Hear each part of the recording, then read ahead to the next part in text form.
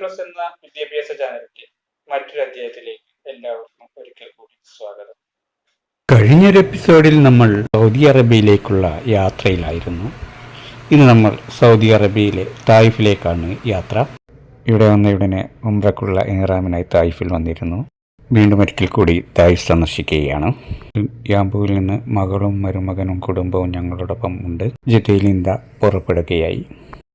ജിദ്ദയിൽ നിന്ന് മക്ക വഴിയാണ് തായിഫിലേക്കുള്ള യാത്ര. 177 കിലോമീറ്ററാണ്. 2 മണിക്കൂർ 8 മിനിറ്റ് നേരത്തെ യാത്രയാണ്. ജിദ്ദ ടു മക്ക 84 കിലോമീറ്ററും മക്ക ടു തായിഫ് 93 കിലോമീറ്ററുമാണ് ദൂരം. സമയ യഥാക്രമം 57 മിനിറ്റ്, 1 മണിക്കൂർ 15 മിനിറ്റ് വീതം. ചരിത്രപ്രസിദ്ധമായ പട്ടണമാണ് തായിഫ്. 1924 സൗദി അറേബ്യയിലെ ഒരു പ്രവിശ്യയായി മാറി. നഗരസഭയുടെ ഗവർണർ മുഹമ്മദ് അൽ മുഖറിജിയാണ്. പ്രവിശ്യയുടെ ഗവർണർ ഖാലിദ് അൽ ഫൈസൽ.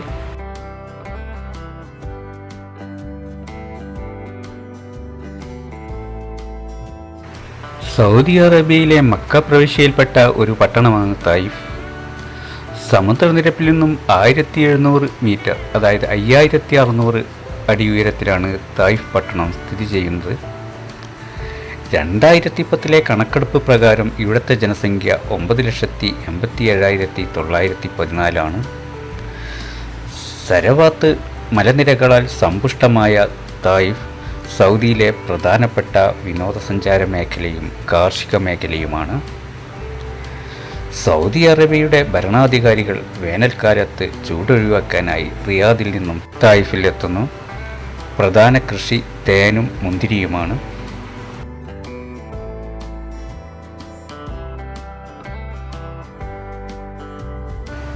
ജിദ്ദയിൽ നിന്ന് മക്കയും കഴിഞ്ഞ് അൽഹദ ചുരം വഴിയാണ് തായിഫിലേക്കുള്ള പാത കടന്നു പോകുന്നത്.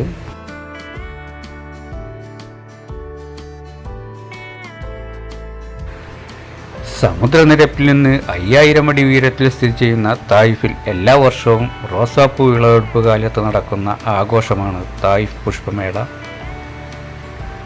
ലൂന പാർക്കിനടുത്ത് അൽസിബാദ് ഗാർഡനിലാണ് പുഷ്പമേള ഒരുക്കുന്നത്. മേളയോടനുബന്ധിച്ച് തായിഫ് നഗരസഭ ഭീമൻ പൂക്കളം ഒരുക്കാറുണ്ട്. തായിഫിൽ നടക്കുന്ന റോസാപ്പൂമേള കാണാൻ സൗദിയുടെ വിവിധ പ്രവിശ്യകളിൽ നിന്ന് നിരവധി പേർ എത്തുന്നു. 2 ആഴ്ച നീണ്ടു നിൽക്കുന്ന പുഷ്പ പ്രദർശനത്തോടനുബന്ധിച്ച് വിവിധ സാംസ്കാരിക പരിപാടികളും സംഘടിപ്പിക്കുന്നു. കൂടാതെ മേളയിൽ സ്ത്രീകൾക്കും കുട്ടികൾക്കും പ്രത്യേക കലാമത്സരങ്ങളും സംഘടിപ്പിക്കുന്നു.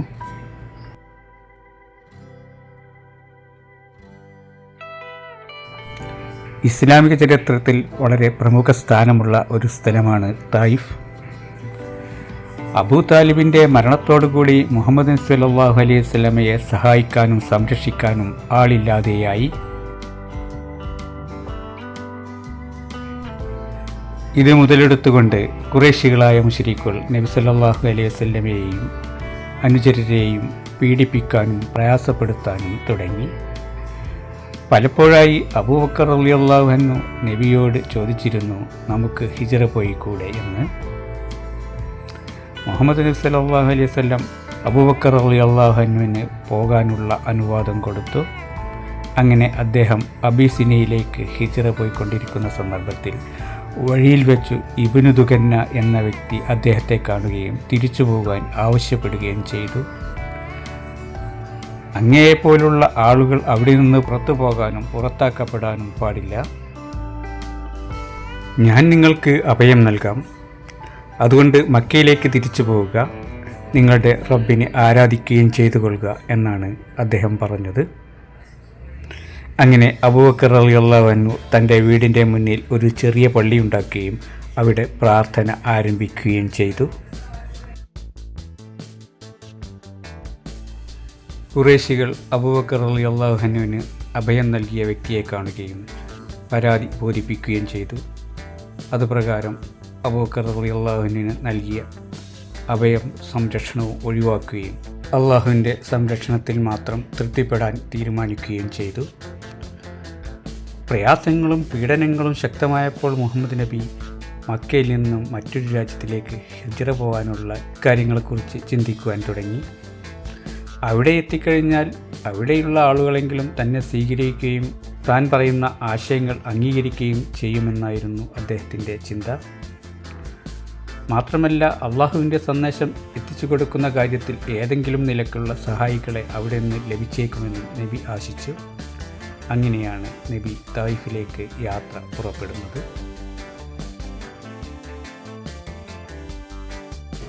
നമ്മളിതാ മക്ക നഗരത്തെ സമീപിച്ചു കൊണ്ടിരിക്കുകയാണ്.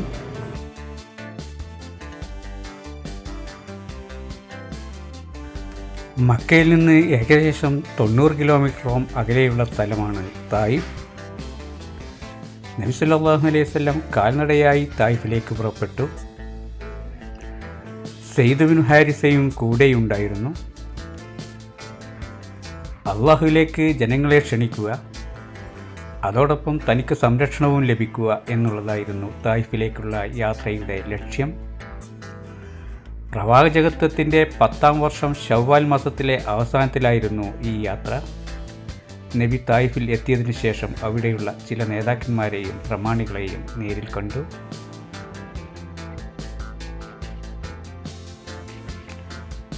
Abdu Yalil, Masud, Habib, Amr bin Umair തുടങ്ങിയവരായിരുന്നു ആ പ്രമുഖർ. ഖുറൈശി ഗോത്രത്തിലെ ബനു ജുമഹയിൽ നിന്ന് ഇവർ ചിലർ വിവാഹവും കഴിച്ചിരുന്നു. നബി അവരോടൊപ്പം ഇരുന്നു. അവരെ അള്ളാഹുവിലേക്ക് ക്ഷണിച്ചു. ഞാൻ കൊണ്ടുവന്ന ആദർശത്തിൽ നിങ്ങളെന്നെ സഹായിക്കണമെന്നും എൻ്റെ ജനത്തിൽ നിന്ന് എനിക്ക് എതിരായി ആളുകൾക്കെതിരെ നിങ്ങൾ എന്നോടൊപ്പം നിൽക്കണമെന്നും നബി സല്ലല്ലാഹു അലൈഹി വസല്ലം അവരോട് അഭ്യർത്ഥിച്ചു.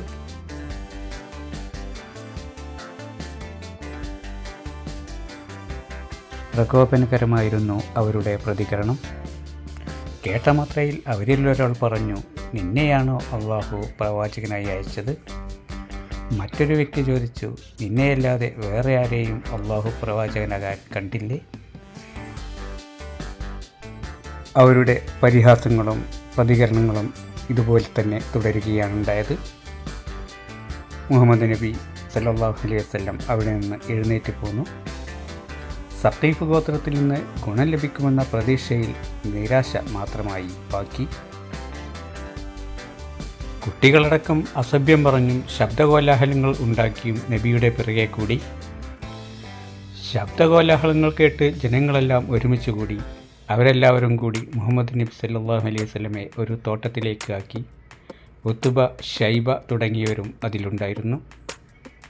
നബി അവരിൽ നിന്നും മാറി ഒരു വലിയ മുന്തിരിവള്ളിയുടെ താഴേക്ക് നീങ്ങി അവിടെ ഇരുന്നു. ഉത്ബയും ഷൈബയും തായിഫുകാർ ചെയ്യുന്ന കാര്യങ്ങൾ നോക്കിക്കൊണ്ടിരിക്കുകയാണ്. അവിടെ ഇരുന്നു കൊണ്ട് നബി സല്ലല്ലാഹു അലൈഹി വസല്ലം അള്ളാഹുവിനോട് വളരെ ആത്മാർത്ഥമായ ഒരു പ്രാർത്ഥന നടത്തി. നമ്മുടെ വാഹനമിത മക്ക നഗരത്തെ സമീപിച്ചു കൊണ്ടിരിക്കുകയാണ്. ആ പ്രാർത്ഥന ഇപ്രകാരമായിരുന്നു: അല്ലാഹുവേ, നിൻ്റെ കോപം എന്നിൽ ഇറങ്ങുന്നതിനെ തൊട്ട് നിൻ്റെ വദനത്തിൻ്റെ പ്രകാശം കൊണ്ട് ഞാൻ നിന്നോട് അഭയം തേടുന്നു. ആ പ്രകാശം കൊണ്ടാണ് ഇരുട്ടുകൾ പ്രകാശിക്കുന്നത്. ഇഹലോകത്തിലും പരലോകത്തിലും കാര്യങ്ങൾ നന്നായിത്തീരുന്നതും നിന്നെക്കൊണ്ടല്ലാതെ യാതൊരു ശക്തിയും കഴിവുമില്ല.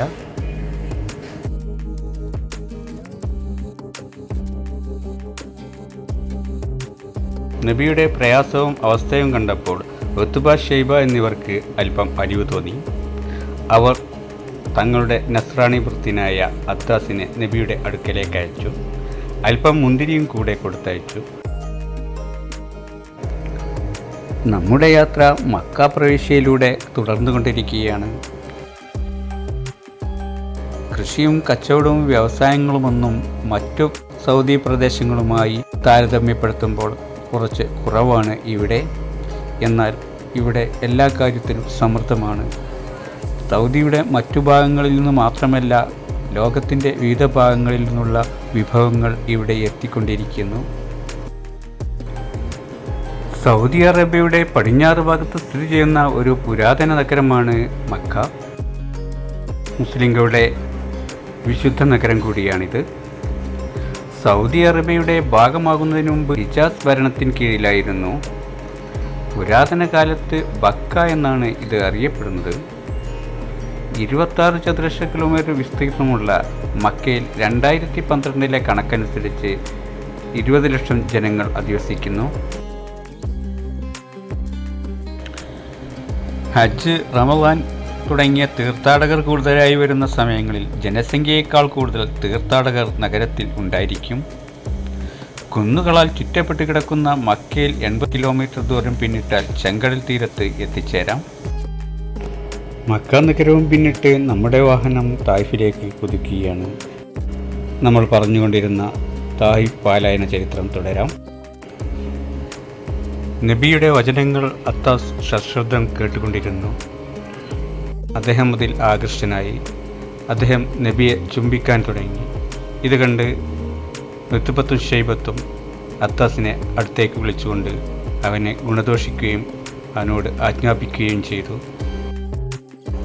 അവർ അദ്ദാസിനോട് പറഞ്ഞു, നീ നശിച്ചിരിക്കുന്നു, നീ എന്തിനാണ് അദ്ദേഹത്തെ ചുംബിച്ചത്? അപ്പോൾ അദ്ദാസ് പറഞ്ഞു, ഭൂമിയിൽ അദ്ദേഹത്തോടൊന്നല്ല മനുഷ്യൻ വേറെയില്ല. അദ്ദേഹം എന്നോട് ഒരു കാര്യം പറഞ്ഞു, നബിമാർക്കല്ലാതെ മറ്റാർക്കും അതറിയില്ല. അപ്പോൾ അവർ പറഞ്ഞു, നിനക്ക് നാശം, നിന്റെ മതത്തിൽ നിന്നും അവൻ നിന്നെ തെറ്റിച്ച് കളയാതിരിക്കട്ടെ. നിന്റെ മതം തന്നെയാണ് ഏറ്റവും ശ്രേഷ്ഠം.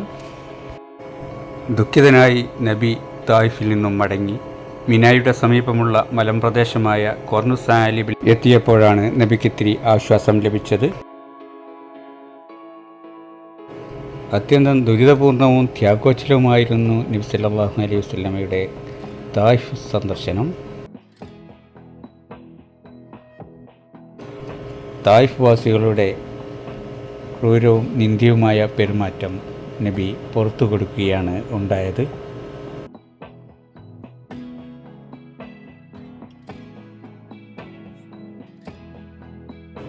മക്ക പ്രദേശവും കഴിഞ്ഞ് നമ്മുടെ വാഹനം തായിഫ് പ്രദേശത്തിലേക്ക് പ്രവേശിക്കുന്നതോടെ ഇവിടുത്തെ ഭൂപ്രകൃതിയും മറ്റും മാറുന്നതായി നമുക്ക് കാണാം.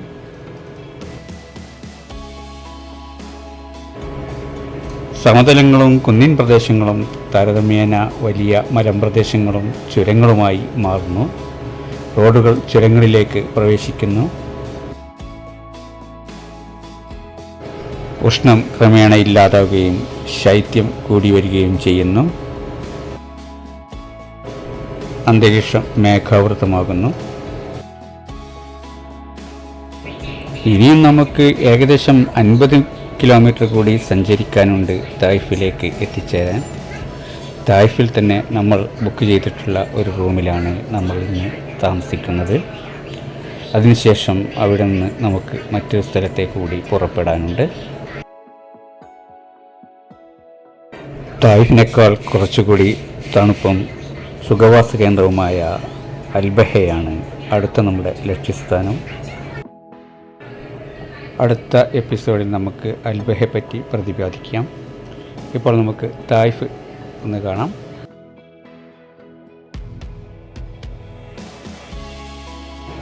ഖുർആനിലെ 43-ാം അധ്യായത്തിൽ 31-ാം സൂക്തത്തിൽ പരോക്ഷമായി തായിഫിനെ പറ്റി പരാമർശിക്കുന്നുണ്ട്. 7-ാം നൂറ്റാണ്ടിൻ്റെ തുടക്കത്തിൽ ഇസ്ലാമിക പ്രവാചകൻ ഈ നഗരം സന്ദർശിച്ചിരുന്നു. ബനു തഖീഫ് ഗോത്രം അവിടെ അധിവസിച്ചിരുന്ന കാലഘട്ടമായിരുന്നു ഇത്. ഇന്നും അവരുടെ പിൻഗാമികൾ ഇവിടെ വസിക്കുന്നു. ഹിജാസിൻ്റെ ഭാഗമായി ചരിത്രത്തിലുടനീളം നിരവധി അധികാര കൈമാറ്റങ്ങൾക്ക് ഈ നഗരം സാക്ഷ്യം വഹിച്ചിട്ടുണ്ട്. അവസാനത്തേത് 1925 സൗദി ഹിജാസ് കീഴടക്കിയപ്പോഴാണ്. സൗദി അറേബ്യയുടെ അനൗദ്യോഗിക വേനൽക്കാല തലസ്ഥാനമെന്നും സൗദി അറേബ്യയിലെ ഏറ്റവും മികച്ച വേനൽക്കാല ലക്ഷ്യസ്ഥാനമെന്നും ഈ നഗരത്തെ വിളിക്കുന്നു.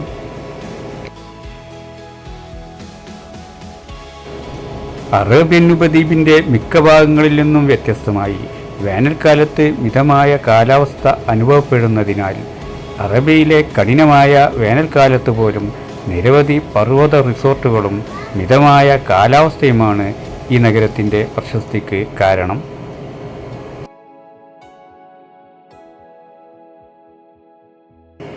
മക്ക ഭാഗത്തുനിന്ന് വരുന്ന പ്രധാന ഹൈവേ 2 കൈവഴികളിലായി പ്രധാനമായി റിയാദിലേക്കും മറ്റൊന്ന് അൽബഹ വഴിയിലേക്കും കടന്നു പോകുന്നു.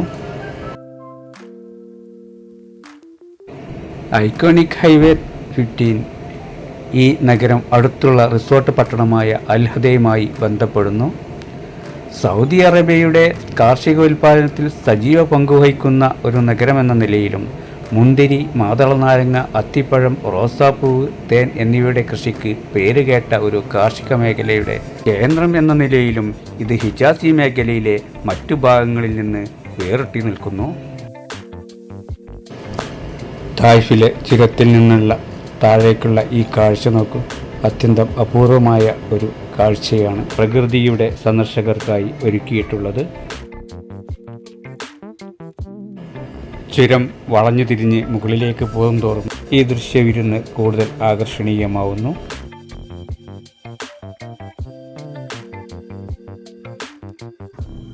പരമ്പരാഗത അത്തർ നിർമ്മാണത്തിലും തായിഫ് വളരെ സജീവമാണ്. കൂടാതെ പ്രാദേശികമായി റോസാപ്പൂക്കളുടെ നഗരം മദീനത്തുൽ ഉറൂദ് എന്നും തായിഫ് അറിയപ്പെടുന്നു.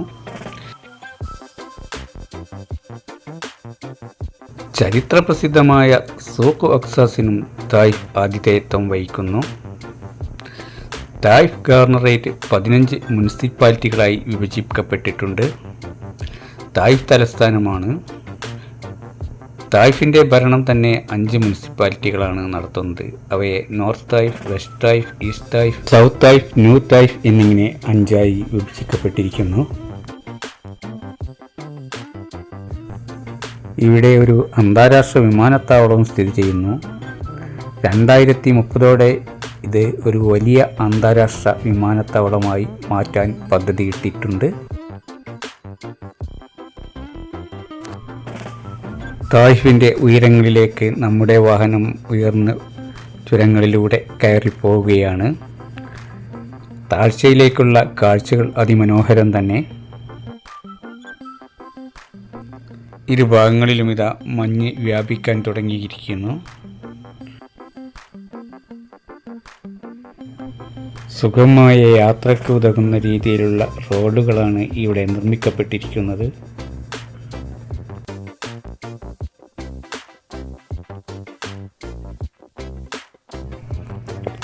മുകളിലേക്ക് പോകുന്തോറും ഭൂമി കൂടുതൽ ഹരിതാപമായിക്കൊണ്ടിരിക്കുകയാണ്. മഞ്ഞുതുള്ളികളുടെയും മഞ്ഞുകണങ്ങളുടെയും പ്രസരിപ്പ് ഇവിടെ മാറ്റുകൂട്ടുന്നു.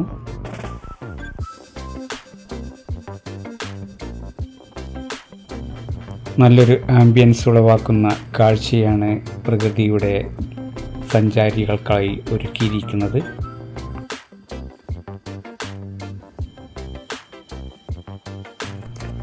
സൗദി അറേബ്യയിലെ ഒരു സഞ്ചാര കേന്ദ്രവും വിനോദ കേന്ദ്രവും കൂടിയാണ് തായിഫ്.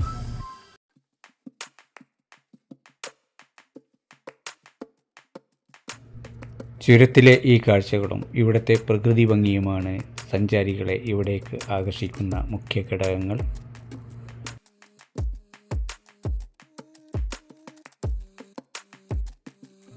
അടുത്ത ദിവസങ്ങളിൽ നമ്മൾ സന്ദർശിക്കുന്ന അബഹയിലുള്ള കാഴ്ചയോട് കിടപിടിക്കുന്നവയാണ് ഇവിടുത്തെ ഒരു പ്രകൃതി ഭംഗി.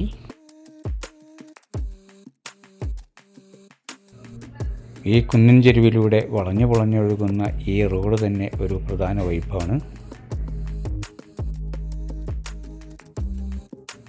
ഇവിടെയുള്ള ഈ പാതകൾ നോക്കുക. ഇവിടെ കൂടി 2 വരിപ്പാതയിൽ 1 വേ ആയിട്ടാണ് റോഡുകൾ നിർമ്മിച്ചിട്ടുള്ളത്.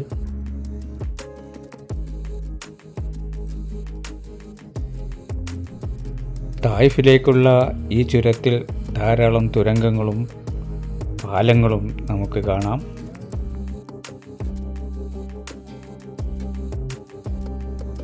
പാതയോരങ്ങളും തുരങ്കങ്ങളും പ്രകാശമാനമാണ്.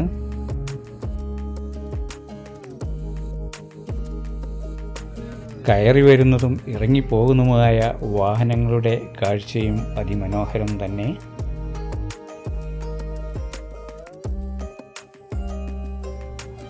തായിഫിലേക്ക് എത്തുന്തോറും കുന്നുകളും പർവ്വതങ്ങളും കൂടുതൽ ഹരിതാപമായി കൊണ്ടിരിക്കുന്നു. മഞ്ഞിൻ്റെ സാന്നിധ്യം കൂടിക്കൊണ്ടിരിക്കുകയാണ്. അത്ഭുതകരമായ പർവ്വത ശ്രേണികൾ ഒന്നോടൊന്ന് ചേർന്ന് നിൽക്കുന്ന ഉയർന്നു നിൽക്കുന്ന വിസ്മയകരമായ കാഴ്ച അത്ഭുതാവഹം തന്നെയാണ്. അനന്തതയിലേക്ക് എടുത്തെറിയപ്പെട്ട പ്രതീതി. അനേകം വളവുകൾ പിന്നിട്ട് ഉയരത്തിൽ നിന്ന് ഉയരത്തിലേക്ക് കയറിക്കൊണ്ടിരിക്കുകയാണ്. കാറിൻ്റെ വിൻഡോ ഗ്ലാസ്സിലൂടെ താഴേക്ക് നോക്കുമ്പോൾ വിസ്മയകരമായ കാഴ്ചയാണ്. താഴെ ഉള്ളു വിടഞ്ഞു പോകും. ഞങ്ങളുടെ മുന്നിലും പിന്നിലും വാഹനങ്ങൾ ചുരം കയറുകയും ഇറങ്ങുകയും ചെയ്യുന്നു. മുകളിലെത്തിയപ്പോഴേക്കും സുഖകരമായ തണുപ്പ് അനുഭവപ്പെട്ടു തുടങ്ങി.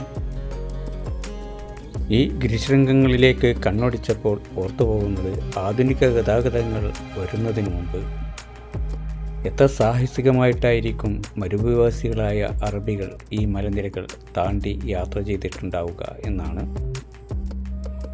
മക്കയിൽ നിന്ന് കാറിൽ തായിഫിലെത്താൻ ചുരുങ്ങിയത് 1 മണിക്കൂർ വേണം. റോഡുകളില്ലാതിരുന്ന ഒരു കാലത്ത് നബിയും സഹാബിമാരുമെല്ലാം ഈ വഴികളിലൂടെയൊക്കെ യാത്ര നടത്തിയിട്ടുണ്ടാവുക എത്ര ബുദ്ധിമുട്ടും പ്രയാസവും അനുഭവിച്ചായിരിക്കും. നമ്മേതാ തായിഫ് നഗരത്തിൽ എത്തിയിരിക്കുകയാണ്.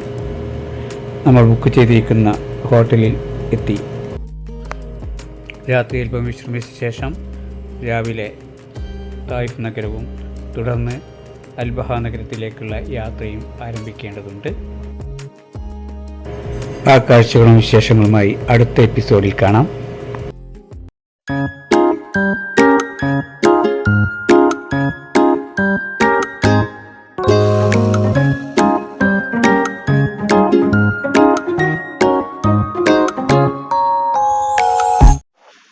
ഇതോടുകൂടി നമ്മുടെ ഇന്നത്തെ പരിപാടി ഇവിടെ അവസാനിക്കുകയാണ്.